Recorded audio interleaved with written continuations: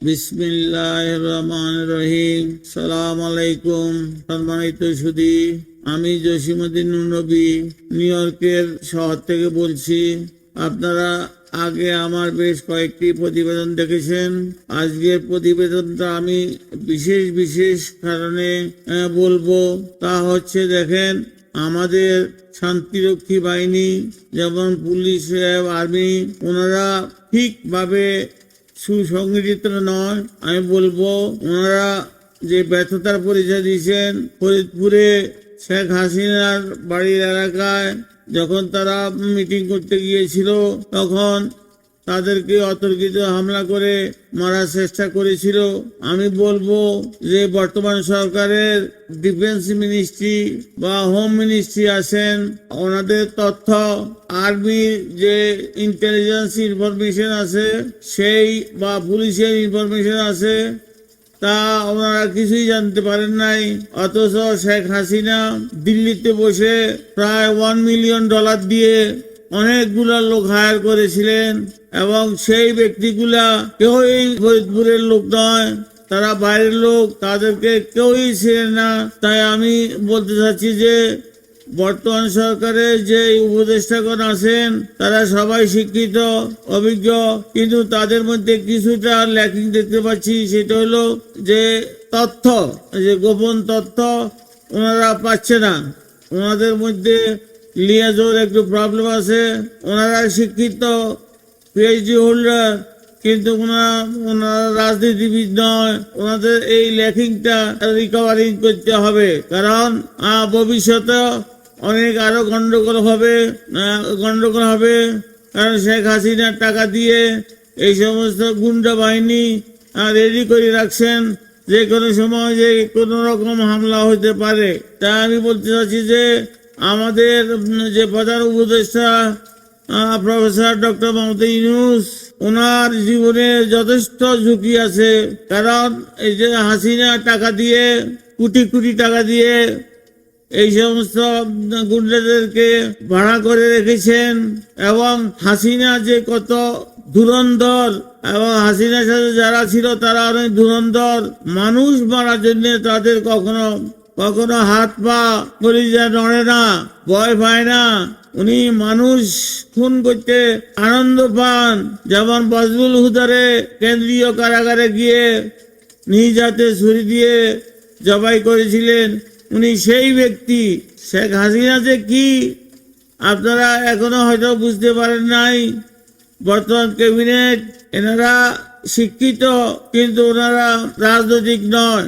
সেই কারণে ওনাদের যে ইনফরমেশন, সিআইডি ইনফরমেশন বা ডিবি ইনফরমেশন ওনাদের কাছে কিছুই ছিল না। অথচ জুলাইয়ের আন্দোলনের নেতৃবৃন্দগণ সেখানে গিয়েছিল, কিন্তু তাদের অল্পের জন্য আল্লাহ বাঁচিয়ে নিয়েছে। তাদেরকে মেরে ফেলা যথেষ্ট ছিল, কিন্তু আল্লাহ রহমতে তারা বেঁচে আসছে। আমরা দোয়া করব তারা ভালো থাকুক, আরো জীবন্ত থাকুক। তাদের জন্য আজ আমরা এই ফ্যাসিবাদ হাসিনাকে বাংলাদেশ থেকে বিতাড়িত করতে পেরেছিলাম, কিন্তু তাদের জীবনে এখন ঝুঁকি আছে। এবং বর্তমান ক্যাবিনেটের ঝুঁকি আছে। ক্যাবিনেটে মিটিং করতে গেলে, ডক্টর ইউনূস সাহেব মিটিং করতে গেলে ওখানে ওনাকে ক্ষতিগ্রস্ত বা মারার পরিকল্পনা করতেছে। তারা বিভিন্নভাবে ওনাকে পরিকল্পনা করতেছে, এবং তারা আন্তর্জাতিক কিছু ক্রিমিনাল শুটার তারা হায়ার করে রেখেছেন শেখ হাসিনা, এবং তিনি বিভিন্ন দেশ থেকে আনছেন, ইন্ডিয়া এবং অন্যান্য দেশ থেকে আনছেন। এবং এই আনার কারণ হলো এই যে আমাদের বর্তমান ক্যাবিনেট আছে না, প্রফেসর ইউনূস, ওনাকে মেরে ফেলতে হবে। এবং ছাত্র জনতার যে আন্দোলনে যে তারা ছিল, নাহিদ ইসলাম, তারপরে অন্যান্য ছিল, তাদেরকে মেরে ফেলারও একটা প্ল্যান ছিল। আল্লাহর রহমতে তারা বেঁচে গেছেন। কিন্তু আমি বলবো আপনারা এখন থেকে আপনারা যথেষ্ট সতর্কতা অবলম্বন করতে হবে। আমাদের প্রতিরক্ষা, ডিফেন্স যে সিকিউরিটি, ইন্টেলিজেন্স সিকিউরিটি আপনাদেরকে অনেক বাড়াতে হবে। আমি অনুরোধ জানাচ্ছি বা এইসব বর্তমান ক্যাবিনেটের যে উপদেষ্টাগণ আছেন, আপনারা বুঝেন ভালো কিন্তু আপনাদের কাছে ইন্টেলিজেন্স রিপোর্টটা খুবই দুর্বল। তাই আমি বলবো যে জাহাঙ্গীর আলম সাহেব, যে আমাদের ডিফেন্স মিনিস্টার হোম মিনিস্টার আছেন, উনি তো আর্মির একটা লেফটেন্যান্ট জেনারেল, অনেক বড় পজিশন ছিলেন, অথচ উনি এই সমস্ত গোপন তথ্য বা গোপন ইনফরমেশন উনি কেন বুঝেন না, ওনার লোক কেন উনি রাখেন নাই? তাই আমি আজকে বলবো, দেখেন আপনারা দেশের সেবা করতে আছেন, দেশের সেবা করবেন। আরো কিছুদিন পরে ইলেকশন হবে, সেই ইলেকশনের আগে বা ইলেকশনের সময় আপনাদের জীবন যথেষ্ট বিপন্ন হইতে পারে। তাই আমি বলতে চাচ্ছি, আমি যদিও বিদেশে থাকি, তারপরে আমি এখান থেকে অনুধাবন করতেছি যে আমাদের এই সমস্ত যে নেতৃবৃন্দ আছেন জাতীয়, বর্তমানে দেশের যে সংস্কার করার জন্য আছেন, তারা যদি মরে যায় তাহলে কে করবে কিছু? তাই আমি বলতে চাচ্ছি, ভাই সব আপনারা, আপনাদের জীবনের মূল্য আছে, আপনারা আমাদের ইন্টেলিজেন্স, পুলিশ ইন্টেলিজেন্স, তারপরে আর্মি ইন্টেলিজেন্স, তারপরে ডিবি ইন্টেলিজেন্স বা র্যাবের ইন্টেলিজেন্স আপনারা যথেষ্ট স্ট্রং করতে হবে। তা নয় আপনার জন্য বিপদ আছে। তদুপরি আমি বলবো, আপনার যত শীঘ্র সম্ভব এই যে রিফর্মগুলা, হাসিনা যে সমস্ত খারাপ জিনিস রেখে গেছে আমাদের প্রত্যেকটা ডিপার্টমেন্টে, ইলেকশন বলেন, ফাইন্যান্স বলেন, ব্যাংকিং বলেন, সব জায়গায় উনি আমাদেরকে ক্ষতিগ্রস্ত করে গেছে, আমাদের ডিপার্টমেন্টগুলোকে বিষাক্ত করে রেখেছেন। তাই আমি বলবো ইউনূস সাহেবকে, ডক্টর ইউনূস সাহেব, স্যার আপনি দয়া করে রিফর্মগুলা আপনি সেরে ফেলেন যত শীঘ্র সম্ভব, যত শীঘ্র সম্ভব এটা সারতে হবে। এটা সারার আগে নির্বাচন করে লাভ নাই, সেই নির্বাচনও দুর্নীতিগ্রস্ত হয়ে যাবে। তাই আমি আবারও বলবো, স্যার আপনি রিফর্মগুলো আগে করেন। যেই যত কথা বলুক না কেন, আপনি বলবে, অনেকে অনেক কথা বলবে, আপনার বিরুদ্ধে বলবে, আপনার সপক্ষে লোক নাই, কারণ বিরুদ্ধে বলাটা সহজ। তাই আমি বলতে চাচ্ছি যে স্যার আপনি রিফর্ম, এই যে ব্যাংকিং খাতে যে লুটপাট হয়ে গেছে, আমাদের দেশ ধ্বংস হয়ে গেছে, $236 বিলিয়ন আপনার লুট হয়ে গেছে। তাই আপনি অথচ চেষ্টা করতেছেন সেই লুট করা টাকাগুলা বিদেশ থেকে আনার জন্য। আপনি অনেকটুকু সাকসেসফুল হয়েছেন, অন্য কেউ থাকলে সাকসেসফুল হইতো না। স্যার সারা বিশ্বে আপনাকে স্বীকৃতি দেয়, আপনার সাথে যোগাযোগ করে। আমেরিকার খোদ প্রেসিডেন্ট আপনাকে চিঠি লেখে, আমেরিকান বৈদেশিক মন্ত্রী রুবিও আপনাকে টেলিফোন করছে। তার মানে আপনার গুরুত্ব তাদের কাছে কত বেশি তা আমরা অনুধাবন করা উচিত এবং আপনাকে আরো সুযোগ দেওয়া, যে আমাদের দেশটাকে অন্তত আপনি যদি একটু রিফর্ম করে সুন্দর করে সাজাই দিতে পারেন, তাহলে আমাদের দেশের জনগণ উন্নত হবে এবং চিরজীবন আপনাকে স্মরণ করবে এবং আপনি আমার বাংলাদেশের ইতিহাসে স্মরণীয় হয়ে থাকবেন। বিশ্বাস করেন আর নাই করেন, আপনার যে অবদান, আপনার যে শিক্ষা, আপনার যে দূরদর্শিতা, সেটা আমরা খুবই প্রশংসা করি। দেখেন, আমিও ঢাকা বিশ্ববিদ্যালয়ের একজন ছাত্র এবং স্বাধীনতার একজন সৈনিক। আমি বলবো স্যার আপনার মতো গুণী এবং বুদ্ধিমান ব্যক্তি বর্তমানে বাংলাদেশের দ্বিতীয় কেউ নাই। তাই আপনি যখন আসছেন, আমাদের কিসমতটা নিশ্চয়ই ভালো, আল্লাহর হুকুমে আসছেন, আমাদের কিসমতটা ভালো। স্যার আপনি আমাদের দেশের যেই যে সংস্কারগুলো দরকার, যেগুলা একেবারে কলুষিত হয়ে গেছে, শেখ হাসিনা যেগুলো একেবারে করাপ্টেড করে গেছে, এগুলাকে দুর্নীতি মুক্ত করতে হবে। আমাদের একেবারে লোয়ার লেভেল থেকে টপ লেভেল পর্যন্ত আমাদের সব ডিপার্টমেন্টে, পুলিশ বলেন, সরকারের গভর্নমেন্ট ডিপার্টমেন্ট বলেন, সব ডিপার্টমেন্টে আপনার করাপশন, চুরি এবং ডাকাতি, ঘুষ ছাড়া কোনো কাজ হয় না। স্যার আপনি যে সমস্ত কার্যকারী এফেক্ট নিয়েছেন, যেমন পাসপোর্ট অনলাইনে হয়ে গেছে সবাই, তারপরে জমির খাজনা বাজনা, তারপরে জমির রেকর্ড ইত্যাদি যখন আপনি অনলাইন করেছেন, তখন মানুষের বিশ্বাস করেন নাই, কারণ মানুষ অনেক খুশি হয়েছে, মানুষের টাকা খরচ করতে হয় না, দৌড়াদৌড়ি করতে হয় না, অনলাইনে করে ফেলতেছে। এইটা যে কত বড় উপকার হয়েছে স্যার, আপনি উপলব্ধি করতে পারতেছেন না।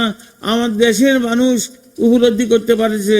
তাই আপনি বাকি যেইগুলো আছে সেইগুলাকে আপনাকে ঠিক না করে স্যার আপনি যাবেন না, ইলেকশন দেবেন না। আগে ঠিক হোক, তারপরে ইলেকশন দিবেন। নয় ইলেকশন দেওয়ার কোনো মানি নাই। এরকম ইলেকশন বাংলাদেশে বহু দেখেছি আমরা, বহু দেখেছি, এর কোনো শেষ নাই। এই চোর ডাকাতেরা আসবে, নির্বাচন করবে, টাকা খরচ করবে, আবার টাকা উদ্ধার করে তারা চলে যাবে, পালিয়ে যাবে, ছেলে মেলে নিয়ে বিদেশে চলে যাবে। স্যার এই জন্য আপনাকে অনুরোধ জানাচ্ছি, আপনার ক্যাবিনেট সহ আপনারা খুব সতর্ক থাকবেন। আপনাদের মিটিংয়ে, আপনাদের সভায়, আপনাদের অফিসে, বাড়িতে যে কোনো সময় আপনাদেরকে মেরে ফেলতে পারে।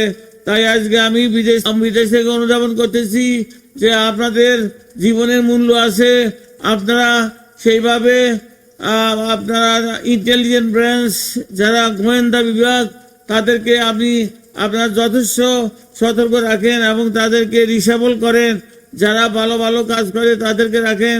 কেউ আছে এখনো হাসিনার পক্ষে কাজ করে, এবং সেই হাসিনার পক্ষে কাজ করে আজকে গোপালগঞ্জে যে ঘটনা হয়েছে ফরিদপুরের, সেটাকে একটা বিশাল ব্যাপার।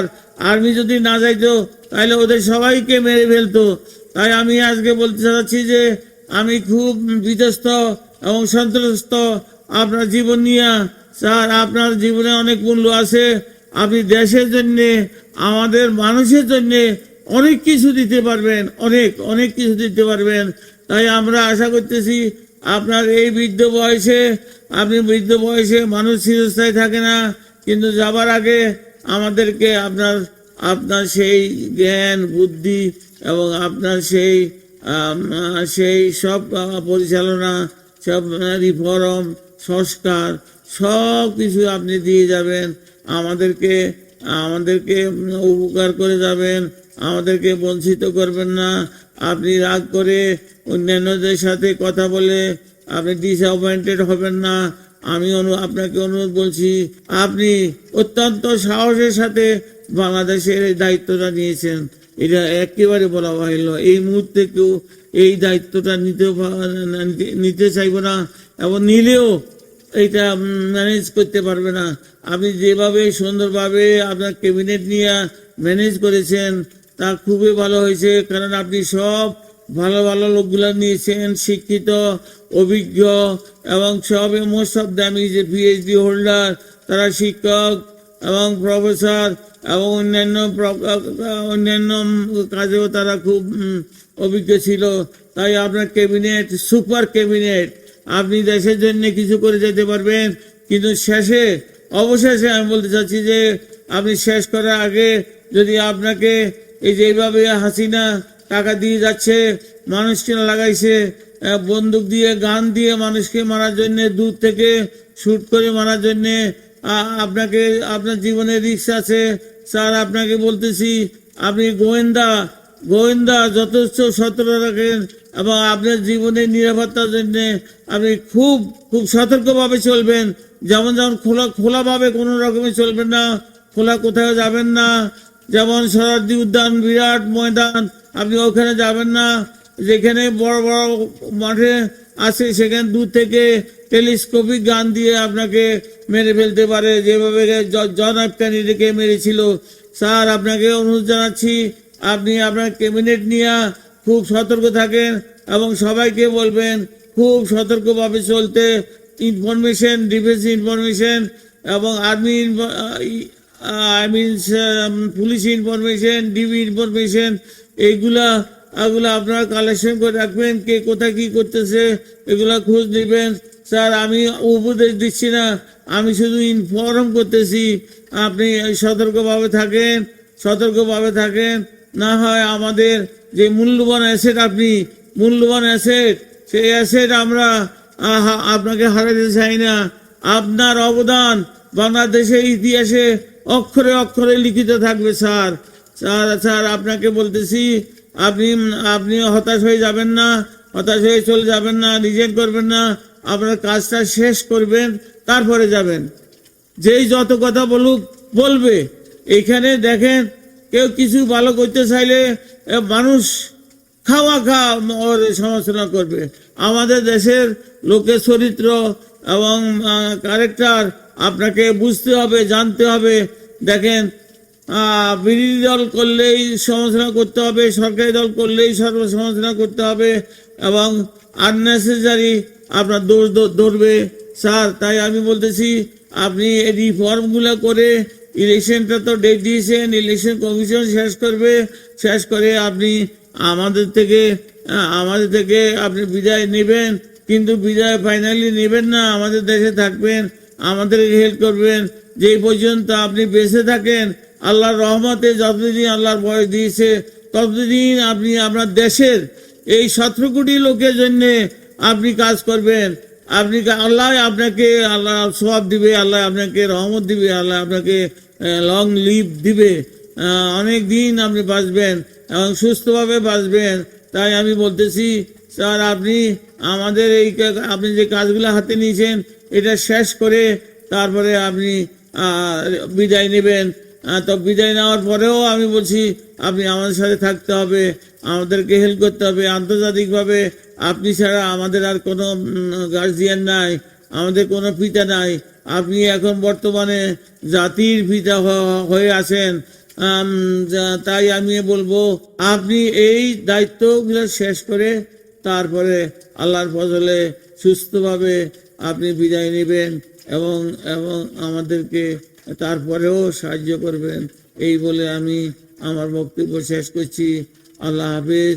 আপনি দীর্ঘজীবী হন, আপনি সুস্বাস্থ্য থাকেন, আপনি ভালো থাকেন। আসসালামু আলাইকুম।